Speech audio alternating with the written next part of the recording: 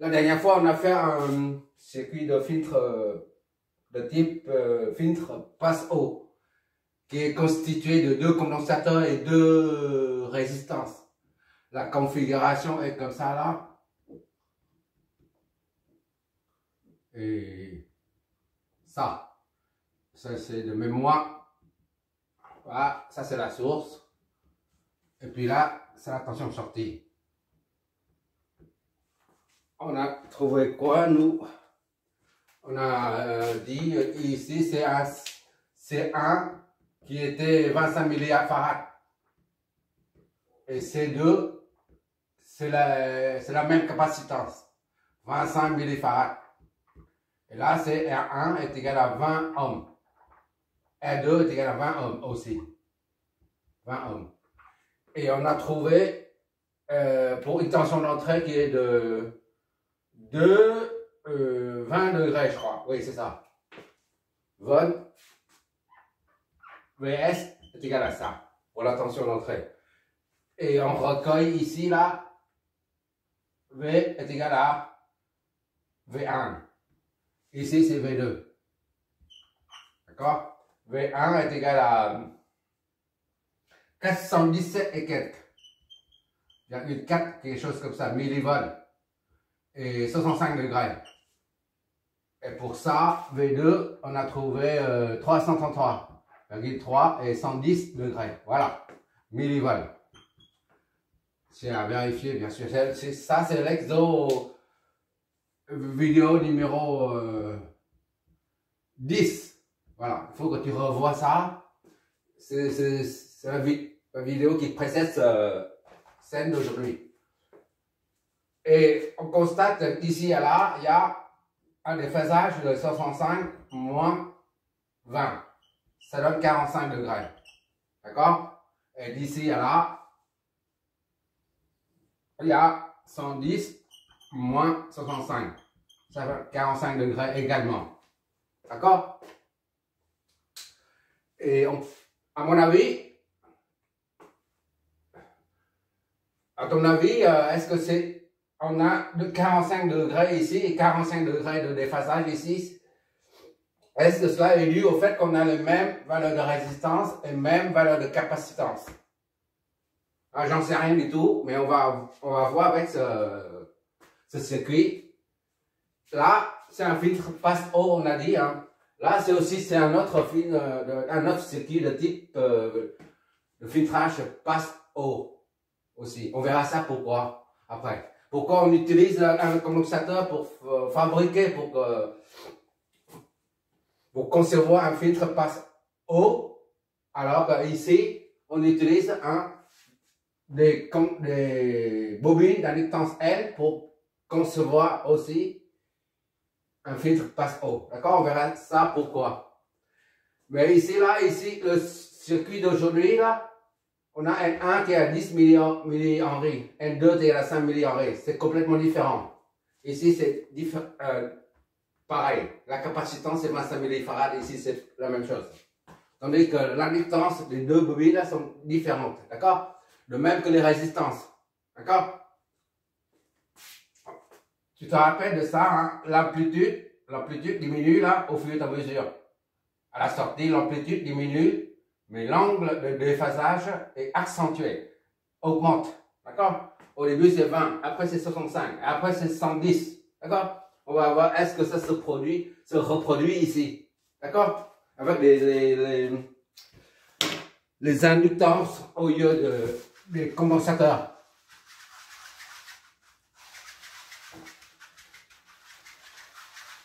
On va faire cet exo comme la dernière fois. Lorsqu'il s'agit d'un circuit à courant alternatif de type cosinus-soïdal ou sinus-soïdal, dépendant de la variable T, dépendant du temps, il faut amener tous les paramètres du circuit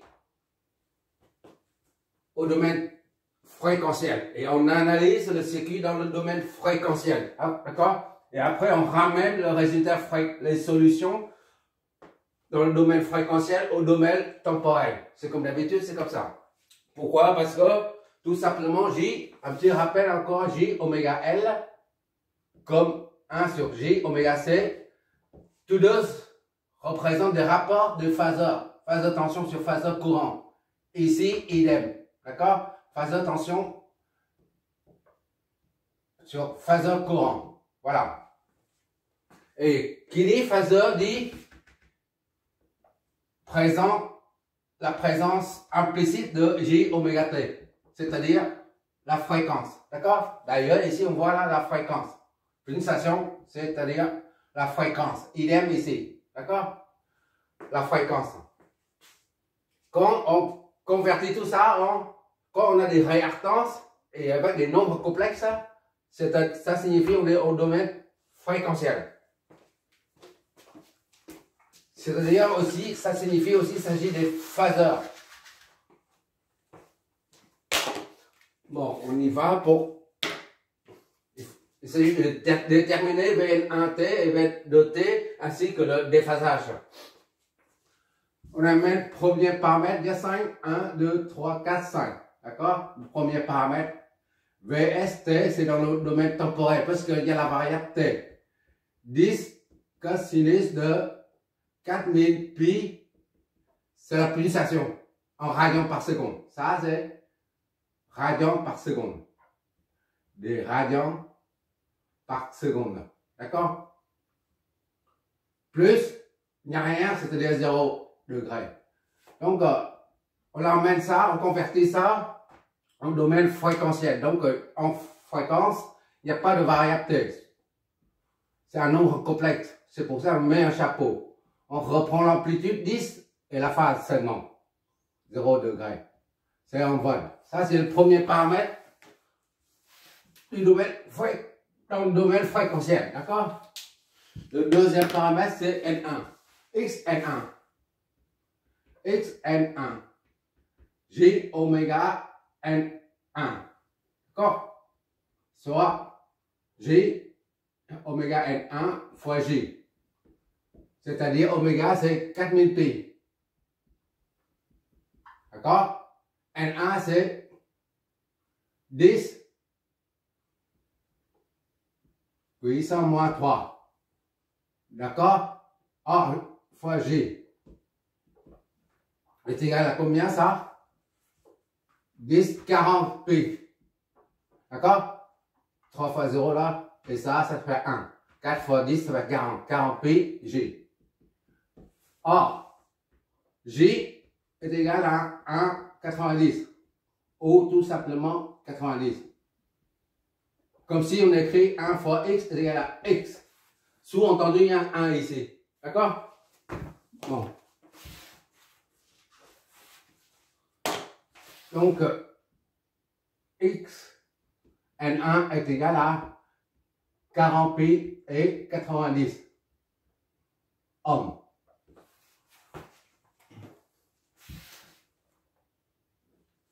On écrit toujours avec la forme polaire, module et phase, parce que bientôt là, dans 2 ou 3, dans 2 exos, encore 2 exos, un ou deux, on abordera la notion de puissance, de la puissance maximale en courant alternatif.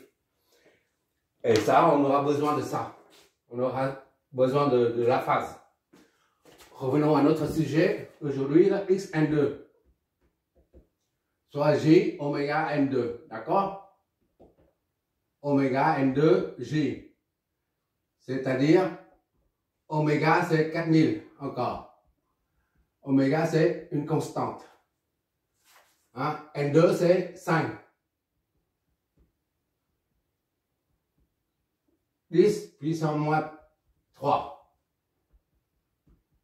D'accord? Fois J est égal à 5, 20. 20 pi J. Soit X N2 est égal à 20 pi comme en haut. D'accord? 90. Puisque J est égal à 90. J est un... Il y en a qui appellent ça un opérateur. J est un opérateur. Lors du calcul, lorsqu'on utilise la formule de Laplace, les formules de Laplace, on appelle ça l'opérateur. Je ne sais pas pourquoi. On verra les formules de Laplace Et pour ZR1 en nombre complexe, c'est A plus JB, où A c'est un réel, ici correspond à 150. A, R1, et plus J, B, J, il n'y en a pas là, d'accord? B non plus là. Donc ça fait R1. D'accord? Donc est égal à 150. Soit ZR1 est égal à 150. D'accord? Tu peux mettre 0. Pourquoi? Parce que là, c'est l'axe des réels, l'axe des imaginaires. D'accord? L'opération. 150, 0, c'est-à-dire ici, il n'y a pas de 150. L'angle est nul. Ça signifie qu'il n'y a que la partie réelle, il n'y a pas de partie imaginaire. C'est pour ça qu'on appelle l'opérateur. Permet d'opérer un angle, à mon avis. Voilà, c'est 150. 150, 0 degré.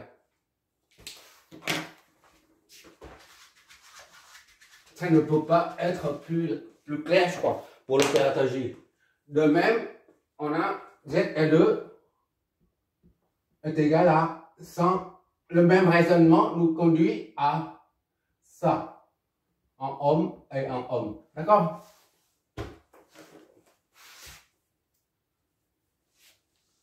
Voilà.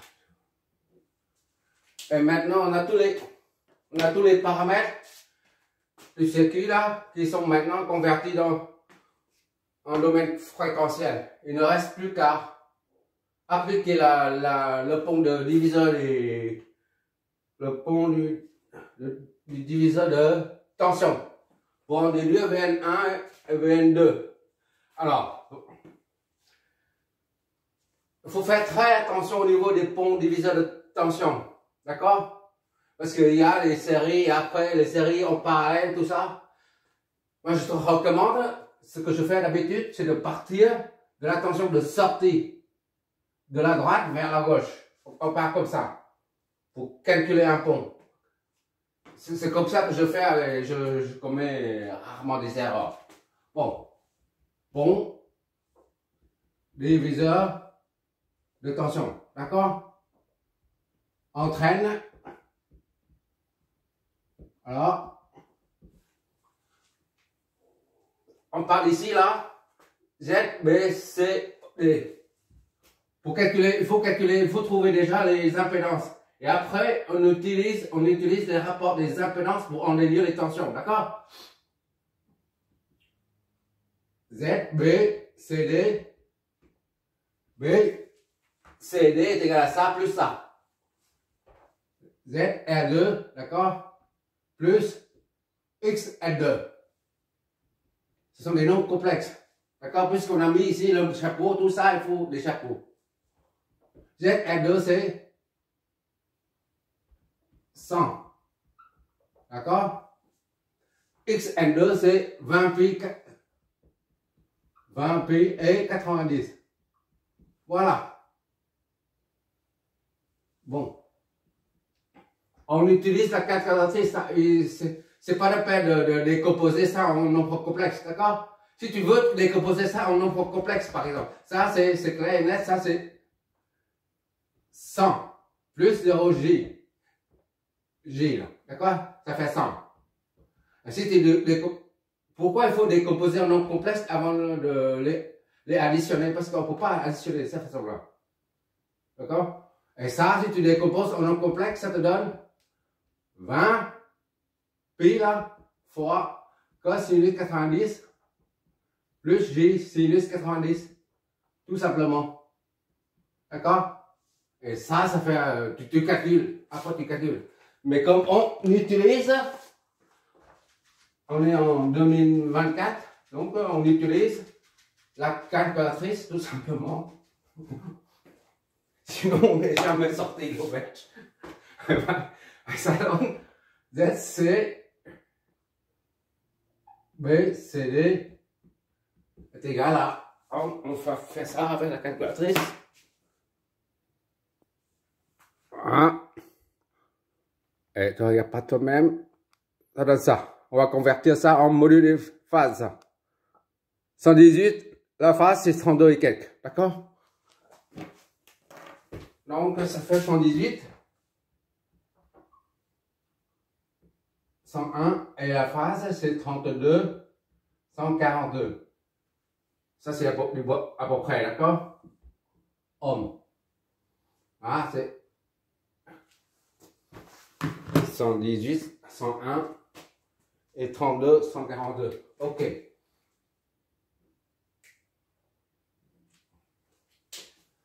Maintenant, on prend la combinaison des deux. C'est-à-dire la combinaison de la branche, de ces deux-là en série. Là, ça et ça, les deux en parallèle. D'accord? On appelle ça BD parallèle. Parce que BD, ça représente seulement l'inductance N1, XN1. On appelle donc ZBD parallèle. BD parallèle. D'accord? Est égal à ça, XN1, en le complexe, bien sûr, qui est en parallèle avec la combinaison des deux, là, B, C, D. Ce qu'on vient de trouver là. Z, B, C, D.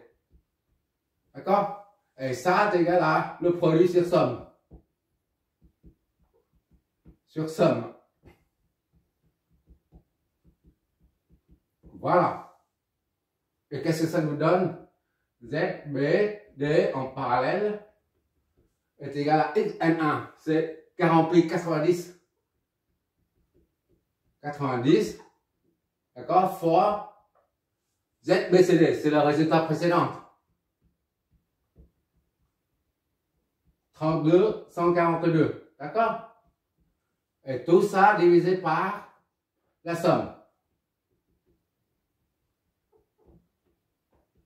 Les deux, 18, 101 et 32,142. Et enfin, ça nous donne Z, B, D, la combinaison parallèle. J'aime bien que ça soit clair comme ça. Au niveau des notations. On réutilise le résultat de précédent Z, B, C, D, d'accord? Voilà. Ça te donne ça.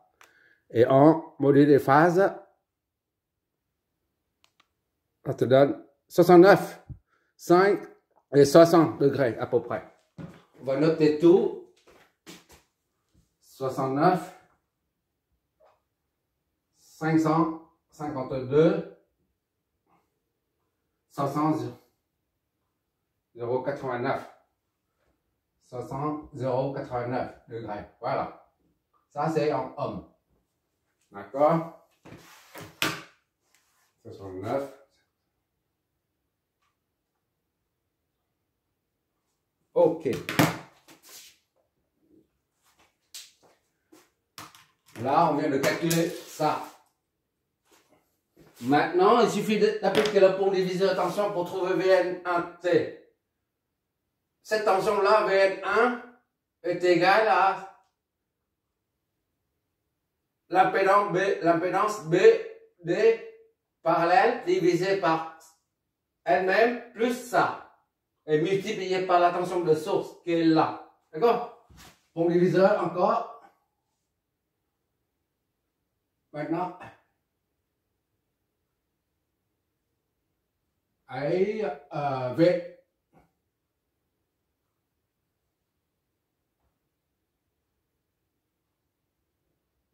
Ou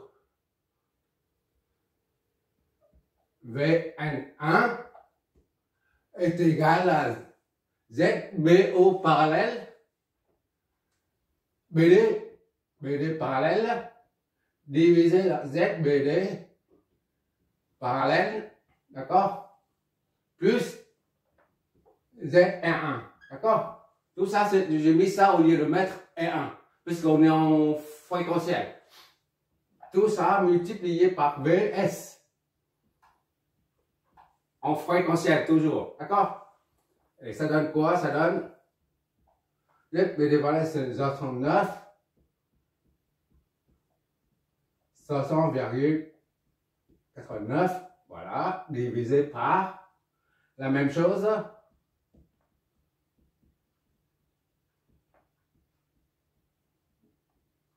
plus S1, c'est 150. Ou 0. Voilà, c'est la même chose. Multiplier, tout ça multiplié par VS. VS, c'est 10. Ou tu mets 10, hein, c'est la même chose. Hein. Je mets comme ça pour que ça soit clair. Quoi. Bon, VN1 est donc est égal à la calculatrice. Qu'est-ce que tu me donnes? On réutilise le résultat précédent et ça te donne, ça nous donne ça. On convertit en moline et phase. 3,58 et 42,01. D'accord?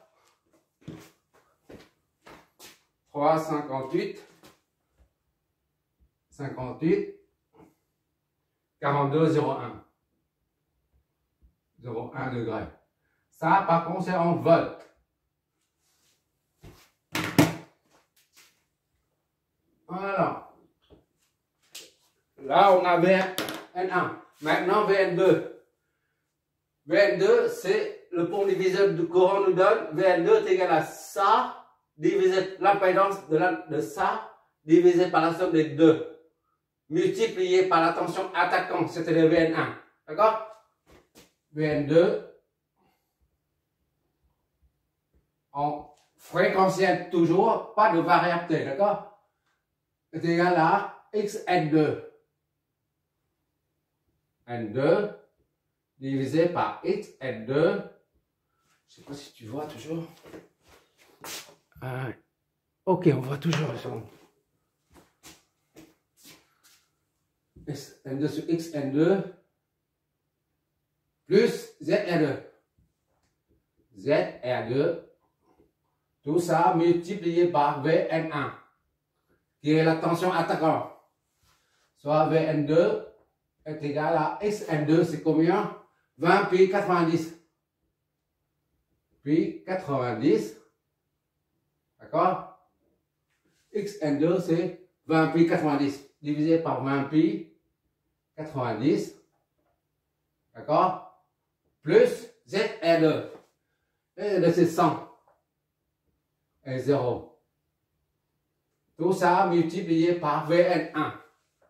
Multiplié par 3,58 et 42,01 degrés.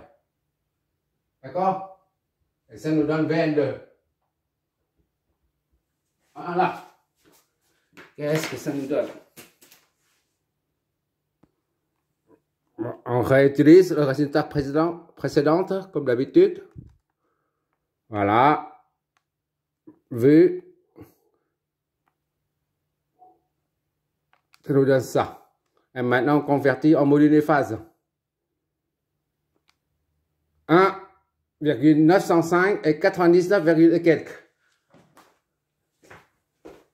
905 et 99,866. 868 degrés. Voilà. Voilà. C'est tout est fini. Maintenant, on va essayer de voir ça. On va décider ça en gros. De façon à main levée là. Disons, même s'il y a la règle, c'est pas grave. Là, c'est référence 0 degré. 0 degré là. D'accord? L'axe 0 degré. Voilà. Tu prends l'angle le plus petit. On va le algébrique. Ici, c'est 42,01. D'accord? 42,01. Disons qu'ici, c'est 45. 42, c'est à peu près là. 45, 42,01. 42,01 degrés. 3,58. V, N1. 3,58 et 42,01 degrés. D'accord? Et après, l'angle un peu plus grand, c'est 99. Disons que c'est 100 à peu près. D'accord? 90, donc le 100 c'est à peu près là. Voilà. 19, c'est VN2. VN2, qui est 1, 905 et 868 degrés. Voilà. Maintenant, on fait la soustraction des deux. 99,868 degrés moins. D'accord? 42,01. Voilà. 99,868 moins 42,01. Ça donne 57 et quelques. D'accord? 57,858 degrés. D'ici à là, c'est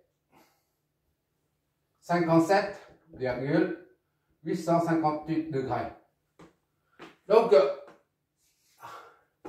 par rapport à l'exercice précédent qu'on a fait dans la vidéo 10, on a trouvé V1